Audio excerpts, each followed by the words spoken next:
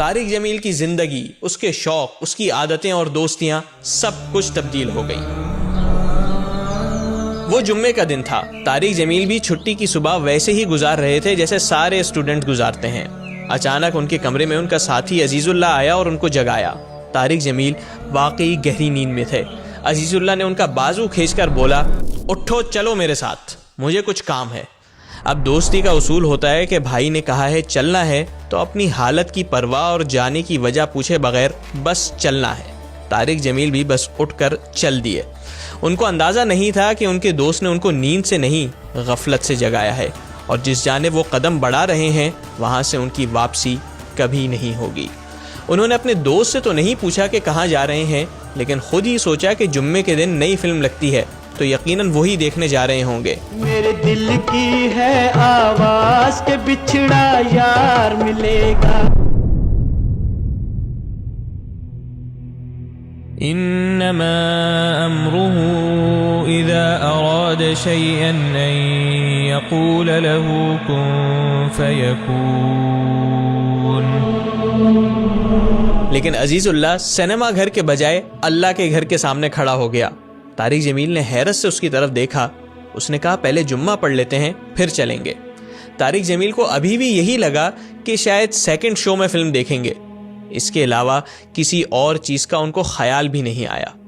جمعہ پڑھنے کے بعد طارق جمیل نے عزیز اللہ کو پھر سوالیہ نگاہوں سے دیکھا تو اس نے بالآخر ان کو حقیقت بتا ہی دی۔ میں تبلیغ والوں کے ساتھ 3 دن کے لیے جا رہا ہوں، تم بھی ساتھ چلو۔ طارق جمیل نے سن کر ہاتھ باندھ لیے، کہا تمہیں ان کے ساتھ جانا ہے تو ضرور جاؤ مگر مجھے معاف رکھو۔ لیکن دوست کے اصرار پہ تو انسان موت کے منہ میں چلا جاتا ہے، یہ تو پھر تبلیغ میں جا رہے تھے۔ تو اس نے آ کے مجھے بیٹو یہاں سے پکڑا۔ میری نسلیں بھی اس کا احسان نہیں اتار سکتی، اور پھر اس ہاتھ کو میرے اللہ نے پکڑ لی۔ طارق جمیل بادل نخواستہ تیار ہو گئے۔ طارق جمیل نے 3 دن یعنی تبلیغی زبان میں سیروزہ لگایا۔ اس زمانے کی تبلیغ آج کی تبلیغ سے بہت مختلف تھی۔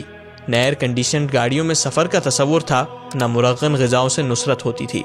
ہر فرد اپنا بستر کندھے پر اٹھا کر پیدل چلتا، گھر گھر اللہ کی دعوت دیتا، دال روٹی سے گزارا کرتا اور رات کو اسی بسترے پر سو جاتا۔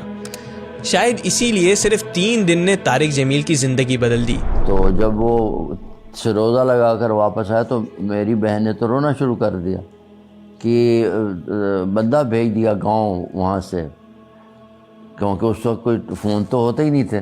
یہ 1970 کی بات ہے کہ 71 کی، کہ ساڈا برا تا کملا ہو گیا ہے تے ابا جی امی نوں دسو جلدی آویں تے گلاں عجیب عجیب کردا ہے جڑیاں اسی اگے کدی نہیں سنیاں۔ تے 3 دہاڑے واسطے گیا تے پاگل ہو گیا، کملا ہو گیا، بڑی عجیب سی باتیں کرتا ہے، بستر سر پہ اٹھاتا ہے اور کہتا ہے یہ کرو وہ کرو، اور جو چیزیں ہم نے کبھی سنی نہیں تھی۔ یہاں 1 منٹ رکیں۔ آپ کو ساری تفصیلات سن کر یہی لگ رہا ہوگا کہ 3 دن لگانے سے اچانک طارق جمیل کا جذبہ ایمانی جاگ گیا اور انہوں نے اپنی زندگی تبلیغ میں لگانے کی ٹھان لی۔ بہت ممکن ہے کہ ایسا ہی ہو، لیکن اس پوری سچویشن کا ایک اور اینگل بھی ہو سکتا ہے۔